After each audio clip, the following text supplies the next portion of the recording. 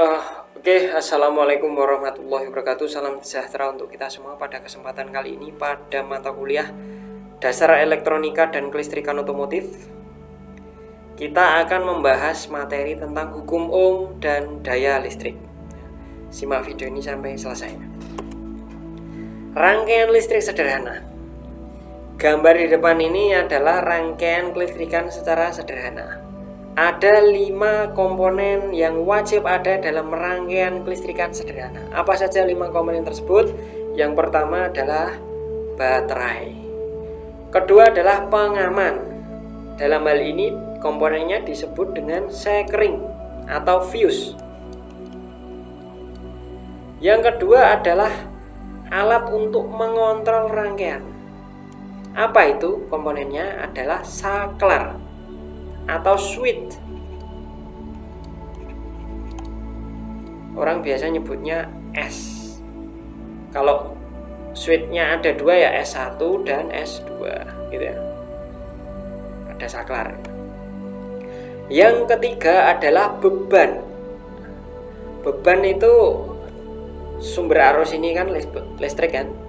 Mau diubah jadi energi apa? Nah, kalau lampu, bebannya lampu ya dari energi listrik ke energi cahaya dan panas.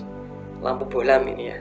Kebetulan bebannya adalah lampu. Kalau kipas ya jadi dari energi listrik menjadi energi kinetis atau energi mekanis gitu ya. Karena berputar kipas itu. Yang terakhir tentu saja adalah konduktor atau kabel sebagai penghantar arus untuk menghubungkan dari kutub positif ke kutub negatif. Ya. Jadi ini tadi komponen utama dalam rangkaian kelistrikan. Baru rangkaian kelistrikan sederhana. Ada sumber daya, ada pengaman arus, ada pemutus dan penghubung arus atau kontrol tadi.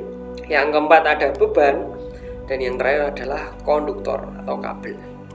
Oke, semua komponen tadi ada 4 ya, ada 4. Kecuali baterai ya.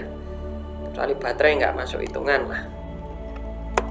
Semua komponen tadi dia itu punya nilai R atau nilai hambatan atau nilai resistansi. Baik itu lampu, kalau bebannya lampu, kalau bebannya klakson ya klakson itu punya hambatan maupun beban lainnya. Maka dari itu rangkaian ini ya, baterainya masih tetap baterai di sini. Kalau kita gambar itu ada 2, ini gambar sebenarnya. Bagian kiri ini gambar sebenarnya, bagian kanan ini disebut gambar wiring diagram, gambar diagram kelistrikan. Kalau kita gambar, fuse ini bisa kita gantikan posisinya dengan sebuah resistor. Nilainya berapa nanti ya. Switch ini atau saklar ini bisa kita gantikan dengan resistor. Nah, terakhir lampu di sini pun juga bisa kita ganti dengan sebuah resistor. Nah, nilainya berapa? Kita lihat di sini. Fuse sekring. Sebelumnya saya tanya dulu, fuse sekring itu fungsinya apa? Pengaman kan?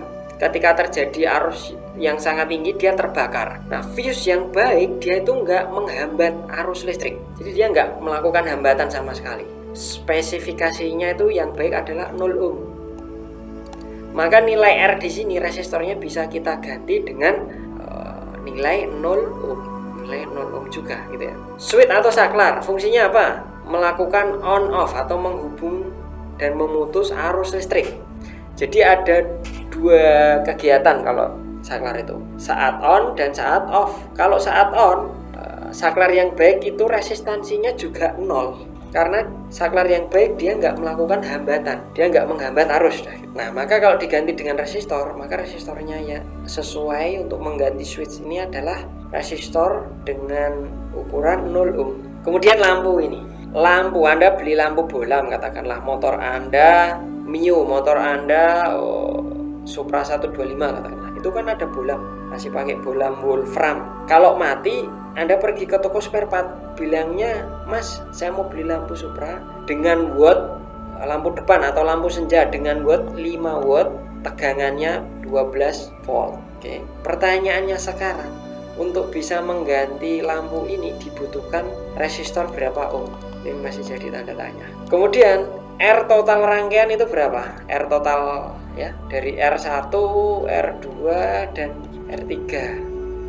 R total rumusnya apa? Masih ingat kalau rangkaiannya seri? R1 ditambah R2 ditambah R3. Itu ketemu nanti R total. Tinggal tambah aja gitu ya. Itu ini yang akan kita bahas pertemuan hari ini. Oke, sebelumnya ya, di dalam rangkaian kelistrikan yang mengalir itu pasti ada 3 komponen. Nggak mungkin tidak ada 3 komponen ini. Yakni yang pertama tegangan, lambangnya adalah V. Kemudian arus listrik, lambangnya adalah I atau intensitas, huruf I besar ya. Yang terakhir adalah tahanan atau R. Hubungan ketiga hal ini, tegangan, arus listrik, dan tahanan, itu dirumuskan dengan ini. V sama dengan, V itu tegangan, tegangan sama dengan hasil perkalian arus dengan tahanan. Ini rumusnya ya. Contoh soal, mari kita kerjakan sama-sama. Hitung arus listrik yang mengalir jika baterainya itu 12 volt dan tahanan di dalam lampu itu 30 ohm. Nah, lampu ini itu dia punya tahanan 30 ohm, makanya dia bisa diganti dengan resistor sebesar 30 ohm. Kenapa ini nggak ikut dihitung, Pak? Ini kan udah pasti 0 ohm. Ini juga 0 ohm. Ngapain capek-capek ngitung gitu? Kita fokus aja ke 30 ohm ini. Ingat, ada beberapa orang yang mengaplikasikan rumus ini, V sama dengan I kali R, dengan segitiga. Kalian kan pasti tahu V sama dengan I kali R, pakai segitiga ada. Tapi kalau saya lebih suka, biar kita nggak salah, lebih suka mengibaratkan ini dengan sebuah persamaan. Katakanlah saya punya angka 6. 6 untuk V, kemudian 2 untuk I, kemudian R, itu saya lambangkan angka 3. Benar nggak ini? Dapat angka 6 sama dengan angka 2 dikali dengan angka 3. Betul kan? Sekarang yang ditanyakan apa ini? Ya, kita tulis dulu. Diketahui D1 sama dengan voltasenya 12 volt dari aki. Kemudian tahanan R-nya, R tahanan itu R, 30 ohm. Sekarang yang ingin ditanyakan apa? Hitung arus listrik. Arus listrik itu I kan? Nih lihat I. Ya kan, arus listrik itu I kan? Yang ditanyakan D2 itu ditanyakan I. Berapa I? Dijawab D3. Cara nyari I gimana ini? Rumus bentuknya V sama dengan I kali R. Saya mau cari I ya. Anda lihat aja angka 2 di sini. Cara mencari angka 2 ini gimana? Angka 2 ini 2 sama dengan, mungkin nggak 3 dibagi 6 sama dengan 2? Enggak kan? Pasti 6 dibagi 3. Jadi 6 ini dibagi 3. Jadi 6 dibagi 3. Oh gitu ya. Jadi untuk mencari I di sini kita lihat di sini ya. I sama dengan, I kan posisinya di angka 2 ini. I sama dengan yang angka 6 mana ini? Oh, 6 itu V. I sama dengan V dibagi dengan 3. 3 itu kan R. Oke, dengan R. Ketemu ini rumusnya. Jadi jawabannya adalah, kalau untuk mencari I, ada di sini. I sama dengan V dibagi R. V berapa? Nilainya 12 volt. R-nya berapa? 30 ohm. Anda bagi sendiri. Berapa nilainya? Ketemu ya jawabannya. Kalau Anda bisa pakai kalkulator boleh. Saya punya kalkulator di sini. 12 dibagi dengan 30. 0,4 ohm satuannya. Jadi hambatan yang ada pada lampu ini itu sebesar 0,4 ohm. Nah, ketemu ya? Sampai sini bisa ya? Mengaplikasikan rumus ini mudah ya. V sama dengan I kali R ya. Sekarang daya listrik. Saya di rumah punya Supra. Anda kalau punya Vespa itu lampunya sama. Anda kalau pergi ke toko spare part itu lampunya seperti ini. Pak atau Mas, saya beli lampu Osram. Untuk Supra bisa lah, atau untuk Vespa juga bisa. Lalu si penjaga toko itu menyodorkan kemasan seperti ini, dimana ada tulisannya. Anda bisa baca tulisan ini ya. 12V, kemudian spasi 35 garis miring 35W. Itu artinya apa? Ya ini tulisan lebih singkatnya ini, 12 volt garis miring 35W. Itu artinya lampu ini membutuhkan tegangan sebesar 12 volt dan daya sebesar 35 watt satu lampu ini ya. Nah, daya 35 watt ini apa? Nah, kita pelajari dulu, daya itu apa? Daya adalah banyaknya energi yang mengalir di dalam rangkaian listrik dalam satuan waktu. Oke, satuan daya listrik satuannya adalah watt. Kalau voltase kan satuannya volt. Kalau daya itu watt. Anda di rumah punya listrik kan? Rumah Anda pasti dilengkapi dengan sistem kelistrikan, dipasok dari PLN. Coba masing-masing lihat di kWh meternya, Anda itu pasang berapa watt sih rumah Anda? 450 watt atau 900 watt ya. Kalau Anda cuma punya listrik 405 watt tapi Anda menghidupkan katakanlah jet pump, spesifikasi jet pump ya, Sanyo ya, mesin pompa air itu ya, untuk nyedot air dari dalam tanah ke tandon air kita, katakanlah itu udah 200 watt. Kemudian Anda menanak nasi, ini yang anak kos ini ya, Anda punya rice cooker, pas memasak itu kan butuh panas tinggi, itu bisa sampai 100 watt katakanlah. Kemudian Anda punya mesin cuci, itu juga mungkin 100 watt juga. Anda jumlahkan semuanya. Kalau jumlahnya lebih dari 450 watt, listrik rumah Anda jeglek. Itu istilah trip atau jeglek gitu ya. Bahasa teknisnya itu listrik trip. Jeglek itu artinya Anda pasang 450, tapi saat itu juga kebutuhan daya Anda lebih dari itu, maka secara otomatis MCB listrik Anda jeglek, klak gitu ya biasanya. Terus nunggu beberapa saat lagi di on kan bisa lagi gitu ya. Makin besar watt, makin banyak dia menguras energi atau menguras energi yang ada di baterai gitu ya. Nah pertanyaannya adalah, kalau Anda beli lampu cuman diketahui spesifikasinya 12 volt, kemudian dayanya 35 watt. Pertanyaannya, hitung arus listrik yang mengalir di dalam lampu ini sewaktu on. Lampu ini dialiri listrik berapa ampere sih? Kemudian hitung tahanan ohm dalam lampu tersebut. Tadi sebelumnya kita lihat V sama dengan I kali R. Kita dapat rumus 1. Itu ingat-ingat ya, V sama dengan I kali R. Kalau cara saya nginget mudah, VIR gitu aja. Kemudian sekarang kita ketambahan rumus baru. Apa rumus itu? Cara ngingetnya mudah. P sama dengan I kali V. P itu daya, I itu arus, dan volt itu adalah tegangan. Punya rumus satu lagi, apa? Daya sama dengan I kali V gitu ya. Oke, mari kita kerjakan sama-sama. Diketahui lampu Osram wattnya berapa? Watt itu P ya. P itu 35 watt. Oke. Dipasang pada voltase berapa? 12 volt. Yang ditanyakan apa? Yang ditanyakan ada dua. Yang pertama yang ditanyakan adalah berapa I-nya, arusnya yang mengalir. Kemudian yang kedua adalah berapa hambatan yang ada pada lampu tersebut. Oke, karena nggak cukup D3-nya di sini ya, dijawab. P sama dengan I kali V, seperti rumus saya tadi, 6 sama dengan 2 dikali 3. Untuk bisa mencari 2 gimana? Ya 6 dibagi 3 gitu ya. Jadi I sama dengan P dibagi berapa? Dibagi V.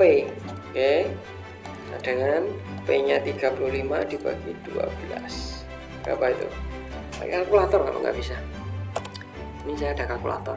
Oke. 35 dibagi dengan 12 sama dengan 2,9 ya, katakanlah 3 ampere gitu ya. 2,9 ampere. Jadi arus yang mengalir di lampu ini adalah 3 ampere. Oke, sekarang bagaimana kita menjawab pertanyaan berapa resistansinya ya? Kan ini ampernya sudah diketahui ya. Ampernya sudah diketahui. I sama dengan 2,9 ampere. Atau katakanlah 3 lah ya. 3 ampere lah ya, biar bulat, biar kita ngitungnya enak. Oke, sekarang cari R. Anda punya rumus baru di sini, P sama dengan I kali F. Ingat, jangan lupakan rumus yang lama. V sama dengan I kali R, ini masih berlaku ya. Untuk bisa mencari R gimana? Oke, saya tulis di sini aja lah. V sama dengan I kali R. Untuk bisa mencari R gimana? ya V dibagi dengan I gitu ya. R sama dengan V dibagi I. V nya berapa? 12. I nya berapa? 3 katakanlah, kan 2,9. Mepet dikit kita bulatkan 3 gitu ya. R sama dengan, ini enggak sampai kalkulator, mudah ini, 12 dibagi 3, 4 ohm. Jadi hambatan yang ada dalam lampu ini, lampu Osram ini ya, 35 watt ini sebesar 4 ohm. Ketemuan ya. Oke, sebelum kita menginjak ke materi yang lebih jauh, ini saya jelaskan satuan berbagai macam besaran. Oke. Untuk kepentingan mempersingkat dan menyederhanakan angka dan kelipatan ya, dalam penulisan atau dalam menuliskan suatu besaran dipakailah scientific notation, notasi ilmiah. Anda punya kuota kan ini, Anda akses YouTube ini punya kuota kan. Anda sebelumnya beli, katakanlah Indosat, beli paket Yellow 1 giga untuk 1 hari. Anda bisa bilang 1 giga paket internet 1 GB. Itu asalnya dari mana sih? Artinya apa? Sebetulnya giga di sini itu adalah satuan untuk mempersingkat ya, singkatan ini. Dari angka 0 yang terlalu panjang. Nah, satuan aslinya itu adalah byte. B itu adalah byte. Giga ini cuma singkatan menyebutkan 0 yang terlalu panjang. Nah, sebetulnya 1 GB yang ada pada kuota Anda, yang ada pada flash disk Anda, itu nilainya adalah ini. 1 dikali 10 pangkat berapa ini? 2, 3, 4, 5, 6, 7, 8, 9. Ada 9 angka 0 di belakangnya ya. Kalau 1 juta itu 0-nya 6, maka kalau 9 ya, 90 itu artinya 1 miliar byte. Jadi Anda beli byte sejumlah 1 miliar jumlahnya. Kalau mega, foto ini ukurannya 50 megabyte. 1 megabyte itu berapa? 1 megabyte itu 1 juta byte. Byte ya. Andai kata Anda tahu yang namanya 1 megabyte itu 1 MB ya, disingkatnya. Tapi ada juga satuan dalam elektronika itu 1 mega ohm itu ada. 1 juta ohm itu ada. Ada juga hambatan nilainya 1 k ohm. Itu untuk mempersingkat penyebutan dari 1000 ohm. Kan enak nulis 1 k ohm. Nah, urutannya seperti ini. Ini unit yang sering kita pakai, unit. Unit ini nilainya itu dikali 10 pangkat 0. 10 pangkat 0 itu 1 sama dengan dikali 1 gitu ya. Unit ini bisa macam-macam, bisa ohm, bisa byte ya, seperti kuota Anda ini. Bisa lagi gram. Ingat kilogram. Kan ada kan? Bisa gram. Bisa volt. Tegangan di dekat kampus kita itu ada SUTET, saluran udara ekstra tinggi. Saluran udara tegangan ekstra tinggi. Itu sampai ribuan volt. Nyebutnya ya 20 kV itu. Kalau Anda tahu angka 20 kV itu artinya 20.000 volt tegangan di kabel itu. Nah, naik satu tingkat dari unit ke kilo itu dikali 10 pangkat 3 dikali 1000. Dari kilo ke mega juga dikali 1000. Dari mega ke giga juga dikali 1000. Dari giga ke tera itu dikali 1000 juga. Masa ada Pak satuan sekarang tera? Ada. Harddisk itu sudah ada yang jual, harddisk laptop itu udah ada yang jual 1 tera atau 2 tera itu udah ada.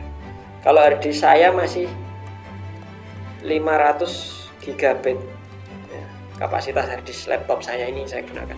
Tapi teman saya di kantor sudah ada yang pakai 1 terabyte harddisk. Udah lama itu teknologi gitu ya. Jadi untuk mempersingkat. Paham ya sampai sini ya? Oke, mungkin itu pertemuan kali ini yang bisa saya sampaikan. Semoga materi yang saya sampaikan bermanfaat. Akhir kata, wassalamualaikum warahmatullahi wabarakatuh. Sampai jumpa di pertemuan minggu berikutnya.